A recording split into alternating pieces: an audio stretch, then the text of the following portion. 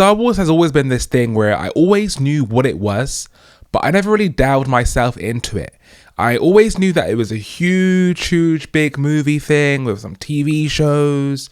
I know about Luke Skywalker, I know about Darth Vader, but I didn't really get myself into it. And, so many times I'm hearing on these news articles that Star Wars is this biggest movie franchise and they cracked all these records.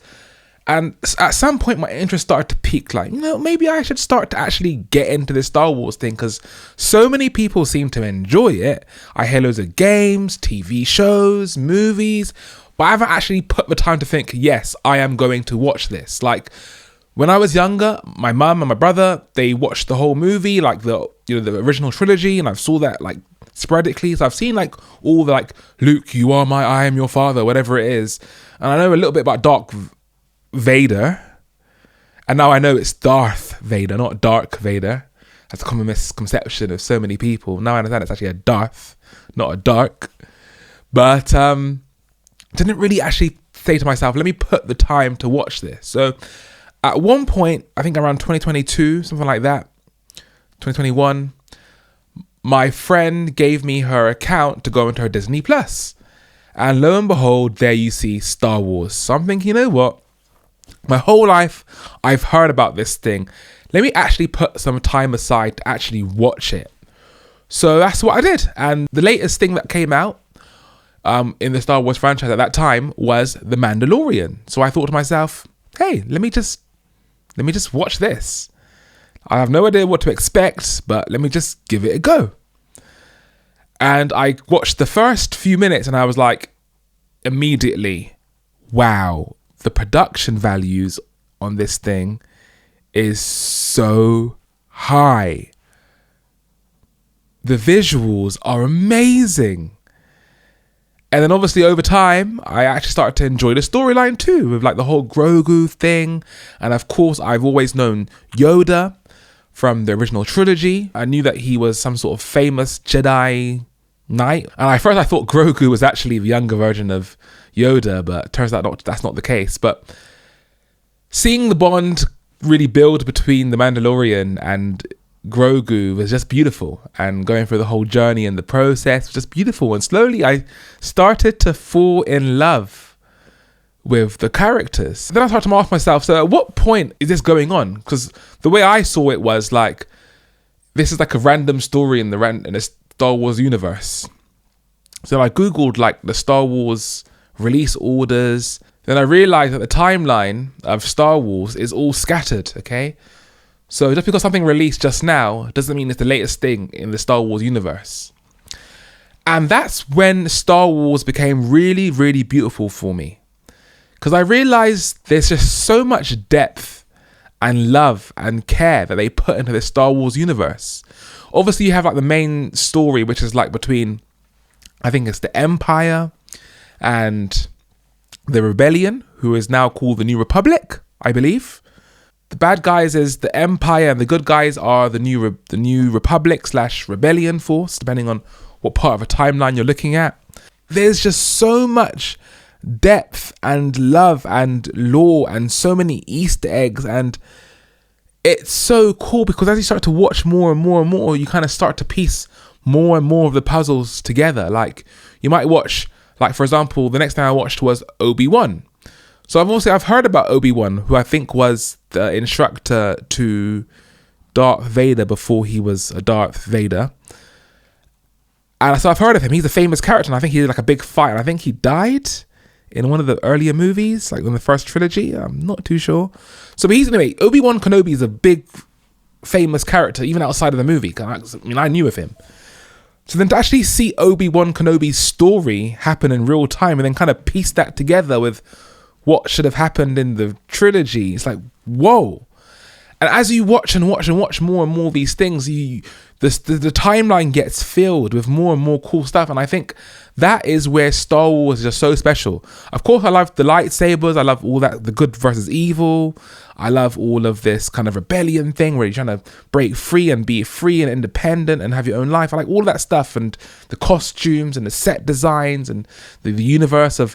But what makes Star Wars absolutely fantastic is this universe which few other pieces of media in the world actually have.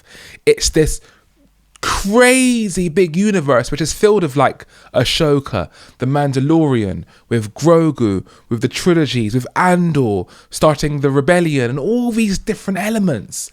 And this gets a person like me so excited, because you're thinking, how next are they going to fill in the timeline, with new things? So the next season of whatever it might be, it might be a different part of the timeline. It could be at the end of the timeline. It could be at the beginning of the timeline. It could even be in the big middle of the timeline, or it could be a brand new timeline which extends the story. I don't know what's going to happen next. So as Disney is releasing these new Star Wars TV shows and movies, you're really getting a treat each time, because it's starting to fill in the gaps of things that you didn't see beforehand. And also, as someone who hasn't watched the entire universe of movies and TV shows just yet, I now get to go back in time and watch the previous things and fill in more gaps. So I get the previous, in literal time, I get the previous timeline to fill in and enjoy, and I get to simultaneously wait and enjoy and for new things. Like, for example, I just watched Andor, both 2 seasons. I thought that'd be really boring because it doesn't have to do much of lightsabers, stuff like that. That's why I kind of put it off. But I just watched it, finished off 2 seasons in like 2 weeks. Amazing. It was the first TV show which actually made me feel dumb. Usually I'm saying, oh, boring to most TV shows. But that short storyline was so complex and so far-reaching that at certain points I felt like, oh my God, am I dumb? I'm not understanding the story. Fantastic piece of media right there. And then I just finished off Boba Fett. And the reason I didn't watch Boba Fett when it first came out, even though I was watching Star Wars at the time, was because of the twins. I've seen like little hints of the twins when I watched the trilogy with my mother and brother years ago.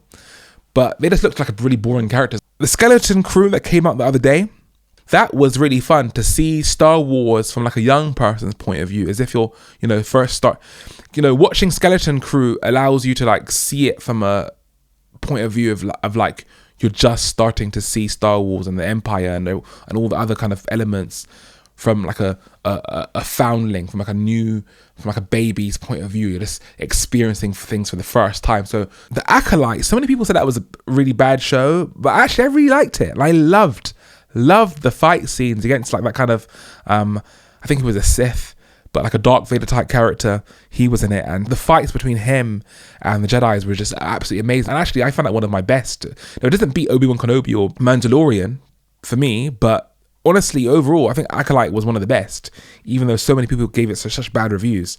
Ashoka was definitely one of the worst for me. I just don't really vibe with her character. So that's what I've watched, guys. So far I've watched The Mandalorian, Book of Boba Fett, Obi-Wan Kenobi, Andor, all seasons, Ashoka, The Acolyte, Skeleton Crew. I don't really am interested in watching the original trilogy because it's so far away in human history that I think came out in the 70s. Yeah, in 1977. And the pacing of it is so long and so slow boring. So probably I'll leave that to the last. I tried to watch it like a few years ago on Disney Plus, but I just couldn't get into it. But these new Star Wars things happening on Disney, I think they're amazing. And I think they're giving a new audience to the Star Wars franchise. I know a lot of Star Wars purists really hate the Disney takeover. But to be honest with you, if Disney never bought out Star Wars, I would never have been watching it, and I would never be a fan right now. So I thank Disney, and honestly, I really like the stuff. I mean, I haven't watched, the second prequel trilogy. But honestly, I don't really like movies in general. I'm a TV shows guy, but the TV shows here are really good in Star Wars. So now that I've pretty much finished all like the main kind of like Star Wars Disney TV shows, I want to go into the movies now and see what those are about. But honestly, I'm not that excited because I just think movies are drags, but I'm going to have to fill in these kind of pieces to the universe and stuff like that. So I am really happy to be a Star Wars fan now, guys, and it's really interesting to be part of it and see something from such a different point of view. There is so few mediums out there which kind of have this timeline where you can kind of fill in the gaps. Star Trek is something like that, but I find Star Trek so episodic and so long-winded and boring. So, I mean, I've watched 5 seasons of Star Trek The New Generation because so many people have hyped it up, but I don't find it as entertaining as Star Wars. Again, personal opinion, people like Star Trek, people like Star Wars. I think Star Wars is actually worth more money, but so I mean, more people like Star Wars by that metric, but to each to their own. And another thing that has this kind of like really cool timeline thing is 90 Day Fiancé. 90 Day Fiancé has all these different spin-offs from the main shows and all these different timelines. And those are only the only 3 pieces of media which I can say that has this really cool, far-reaching timeline where so many things are going on. So yeah, I'm a Star Wars fan now, guys. I'm happy to be part of the crew. I'm happy to be with the Force. I am definitely rooting for not the dark side, you know. I'm here for the light side or the bright side. You know, I don't even know what the opposite is. What's the opposite of the dark side? I have no idea. Is it the bright side? I don't know. I'm not that good. But yeah, I'm happy to be a Star Wars fan, and I'm looking forward to see what's more to come. And I just hope there's more TV shows specifically. I really don't care for the movies. Well, you know, I can't really say that because I haven't watched the movies just yet. So let me finish off this trilogy, and maybe I'll do an update video on this, and I will see you guys in the next video.